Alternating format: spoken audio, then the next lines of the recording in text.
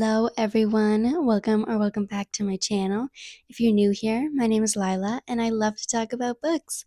And today we're going to be going over the 6 books that I read in January.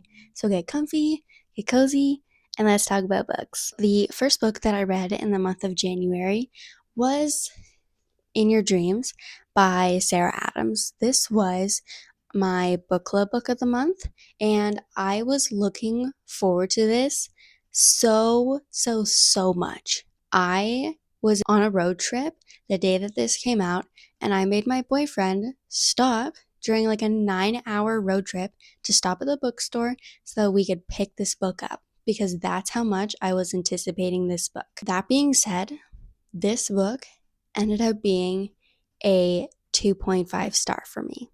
I know. I read Beg, Borrow, or Steal by Sarah Adams in 2025. And when I tell you that that was one of my probably top 5 books of the entire year, and it came out of nowhere. And I really loved the writing. I really loved the book. That book is truly incredible. I really do recommend it. So this book follows Madison and James. Madison has been living in New York for I think like the last 5 years. She just graduated culinary school, and James works at a vegetable farm in their hometown. And Madison accidentally calls him one night crying because she doesn't have any job opportunities lined up in New York. And he says, "Come home. I'm opening a restaurant." When in reality, he actually was not opening a restaurant. There was no restaurant. There was no plans for a restaurant. And he offered her the job without a restaurant. So then she comes home to their small town in Rome, Kentucky, and the story kind of goes from there. I literally saved this as my first book of the year. I was so convinced that I was going to love this book, and to say that I was really disappointed was an understatement. I'm not new to slow burns. I'm not. But this book, looking back on it, I think it was very character driven. I think it was really about Madison finding herself again and being comfortable in the kitchen again. I don't know. It was very slow though. Like when I tell you, I think it's like page like 250 out of like 320 that you have to wait for them to touch hands. And I don't mind a slow burn if there is plot also happening in the book, but unfortunately, there wasn't much plot happening in this book. Like, it felt like you were waiting for something to happen, and then finally the spice, which it's not a very spicy series at all. Like, I would honestly say that it's 1 to 2 chili peppers. Like, it's not spicy, it's not explicit, and it's not frequent either. I don't know, like I felt like I was bored and I was waiting for the spice, but then the spice came and I was like, okay, well, like now what? Once I got to the spice, I was like, this isn't hitting how I wanted it to. I was really bored. Honestly, I loved James as an MMC. I really liked him. I thought he was great. But Madison wasn't my favorite. I didn't relate to her as much. This is a very character focused book. You are following Madison. So, in that being said, I think it was meant to kind of have less of a plot. Anyway, but that's all I'm going to say on this one.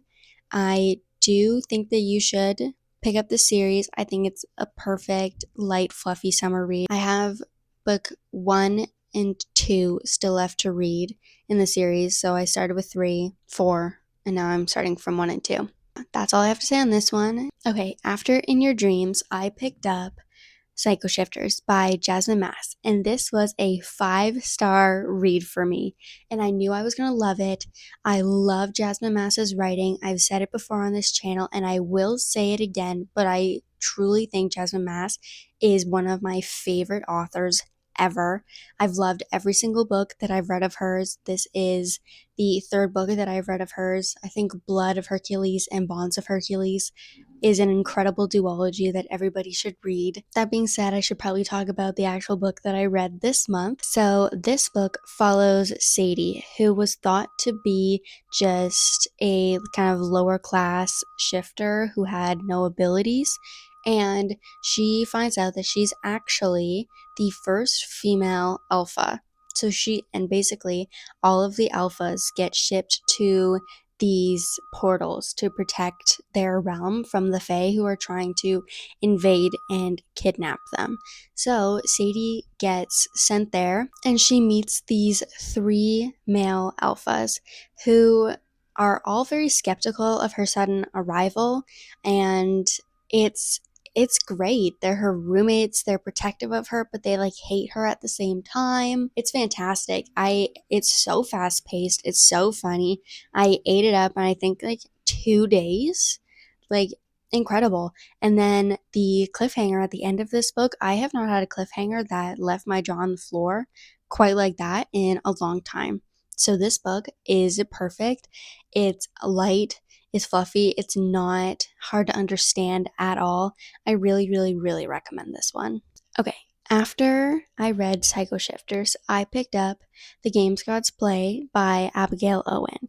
And this book's been on my TBR and on my radar for quite a while, and I was literally on the hunt for this book for the longest time because no bookstores that I went to had it in stock. And it was even out of stock online. And I was like, what is going on? Because I really wanted to read it. And I finally got my hands on it, and I'm so excited. I was so excited to read it. I rated it a 4-star. And this book follows Lyra, who's picked as Hades' contestant in the Crucible. So basically, this is a Greek mythology retelling where every 100 years, the gods pick a mortal as their contestant in the Crucible trials to determine who is going to be the king of the gods for the next 100 years. And in this case, Lyra was picked by Hades. The thing about it is that Hades has never participated in the Crucible before because he runs the underworld, but now all of a sudden he's interested, but he's very secretive about his motives of wanting to participate this year. So that's what you're following. I thought this book was really good. I listened to this and I read it. I think the audiobooks are very well done. I really enjoyed it. The chapters are very short. It's very fast paced. I really like the writing. I like the characters. I really recommend it. This book was very good. Okay, next, after reading The Games Gods Play, I picked up book 2 in the Crucible series, which is The Things Gods Break. This book did not hit like the first one did. I really enjoyed the first one. This book, I thought that I was really excited to go into it, and then once I started it, I realized that I wasn't actually as excited as I thought I'd been. This book is obviously the sequel, so it follows up right after the end of book 1, so that's all I'm going to say about it. I don't know. I talked about this one. I read this one in a reading vlog, and it wasn't as addictive as the first one. I didn't read it. I didn't want to read it the same way I wanted to read the first book. I was really finding it hard to motivate myself to pick up this book, and there's this whole series is trials and games, and I think I was a little surprised to find that book 2 was going to be more trials. I thought that book 2 we might explore some other elements of the world, but that being said, this book was a 3-star for me. It wasn't bad, but it wasn't good. It was just very, very neutral for me. The third book is coming out in November, so I will be completing this series, but this one I didn't quite love it as much as the first book. Now, after I read that one, I read Psycho Fae by Jasmine Mass, which is book 2 to Psycho Shifters. And once again, just like the first one, I can always count on Jasmine Mast to write a fast paced, bingeable fantasy read. This was just incredible. It picked up right where book one left off, and I really, really loved it. It was great. We met some new characters. It was fast. It was funny. I ended up rating this a 4.5. I didn't quite love it as much as the first one, but I really loved it.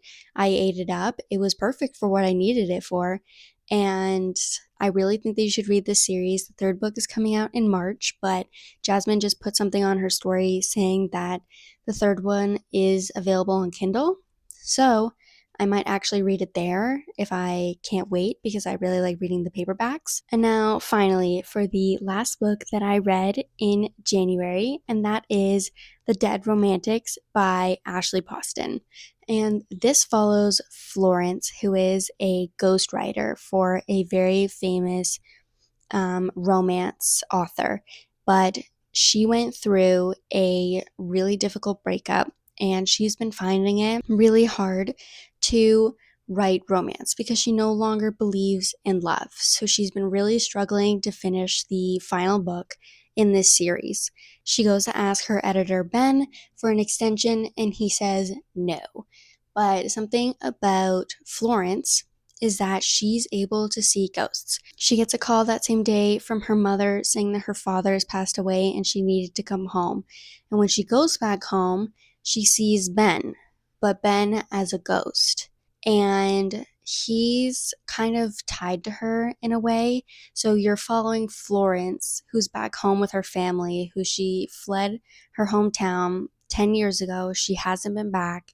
And you're following her journey with her grief, with her reuniting with her siblings, and dealing with the town that scared her away, that pushed her out. And this was a beautiful, beautiful story. I loved it. It was perfect for what it was. I love Ashley Poston's writing. It's truly so, like, it feels like a flower to me. Like, it's so precious and beautiful and full of love and full of life. I really, really loved this. This was a 4-star. It was incredible. It was the perfect length. Something I love is when you close a book and after reading the story, being with the characters, like falling in love with them, closing the book and looking at the cover and being able to understand the thought that went into the cover. And it's just, yeah, it's just so heartwarming. I love when that happens. But that being said, this was the last book that I read in January. Hi guys, Future Lila popping in here. I realized while I was editing this video that I completely forgot that I had a DNF this month. So I'm just going to pop it in here. I ended up DNFing Guild by Raven Kennedy. I was so excited to go into this book. Upon getting into this book, I realized that I actually had zero concept of what this book was actually about beyond it being a King Midas retelling and the FMC being gold. That was it. That was all I knew. This book was so frustrating to read. So frustrating. I understand that it's a big series, but like this book, girl did not have a backbone.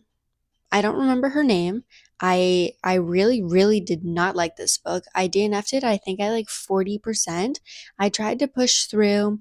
I even had my sister Google and do a spoiler to let me know when something was going to happen, if it was going to happen. Because if it wasn't going to happen, then I was not going to continue the series. Anyway, it was, and I was like, well, when? When is it going to happen? And then oh my God, it was actually so stupid. There was so much gaslighting, like external gaslighting as well as internal gaslighting. And I understand that it's meant to be very kind of heavy. There is supposed to be that emotional abuse element to it, and that is very prevalent. It is there. And it was very frustrating to read. And I didn't like it at all. Something happened and something happened and it was like the whole point of like the first 40% of the book, and it kind of, I don't want to say it resolved, but like that whole like sequence of events escalated, and then something happened, and all of a sudden forgiveness, and they're having sex, and I'm like, have a backbone, I beg of you. Where is it? Find it. Like it was I was so thrown. Like I am just thinking about it, I'm speechless. And it oh my god, horrible. So I actually read, I think it that makes 4 on my 26 of 2026. So now I have 22 of 2026. It's just really unfortunate that Guild ended up being a DNF. Anyway, that's all I have to say. DNF'd Guild by Raven Kennedy. So I read, kind of read 6.5, 7 books this month. So, past Lila, you can take it from here. Overall, I read 6 books in January, which is a really solid start for me. I think I had a pretty good reading month. My February TBR will hopefully be posted soon, a little after this video. If you guys want to comment down below how many books you read this month, and if you want to follow along for more, you can subscribe. I'll put my Instagram up on the screen. Thank you for staying to the end. I really do appreciate it. I hope your next read is a 5-star. Happy reading!